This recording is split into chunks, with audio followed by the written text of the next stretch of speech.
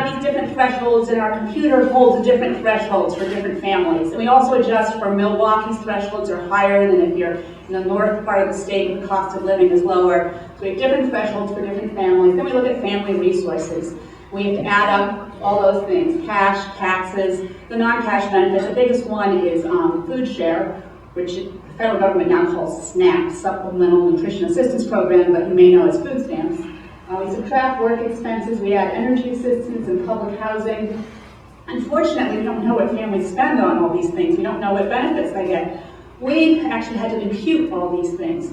And so, for instance, we have all the administrative records on what percent of the county is getting food stamps for each county, and we go in and try to use that to attach food stamp estimates to each family. But there's a fair amount of estimating here. I have to be upfront about that. People don't always advertise that, but these new measures are better conceptually, but they involve a lot of estimating because we often don't know exactly what families spend on childcare, and we have to impute it. So this is our results we get. This is for 2009. It takes us a little while to do all this. We don't yet have results for 2010. I'll give you the website at the end. I don't think we'll have 2010 results till April. So that's another disadvantage of this better measure. It's better conceptually, but it's even longer lag to get it done.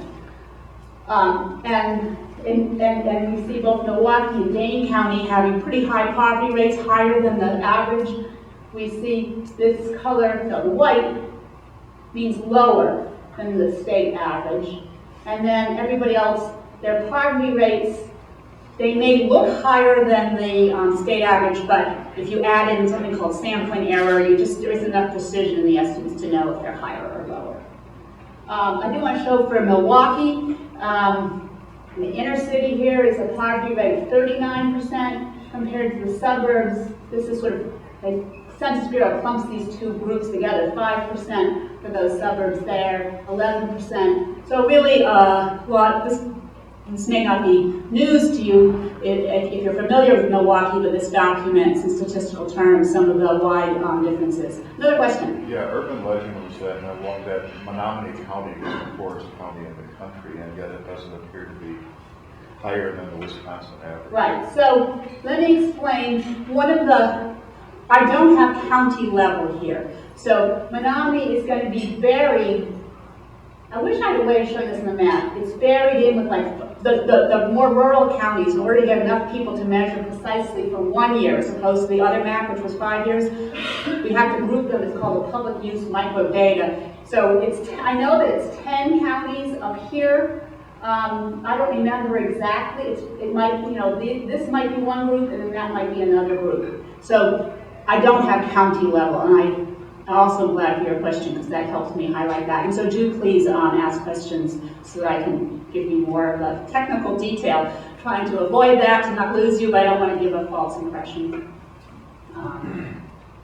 Yeah, I don't know. That statistic you said of the highest was that recent. You heard that recently. We could look on the 2010 results. They'll give them by county, but I don't know if they're statistically reliable because there's always with smaller counties there's an error, and often it's better to do a 2 or 3 year number and get more precise than a 1 year number where, when I say not precise, so for instance the child poverty rate of 22% is really 19%, really 19%, but it's really 95% confidence between 18 and 20%. So often there's there's often a fair amount of variation. The estimate has a fair amount of uncertainty around it. Okay, I want to get to the results.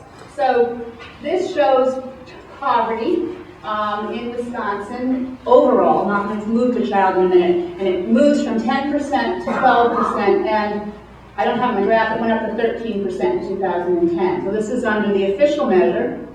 Under our measure, it stayed flat. That growth actually isn't statistically significant. So why? We weren't actually expecting this. I guess in hindsight we could have foreseen it, but we weren't expecting it. So earnings and cash income went down, but there was an increase in both food stamps and the earned income tax credit.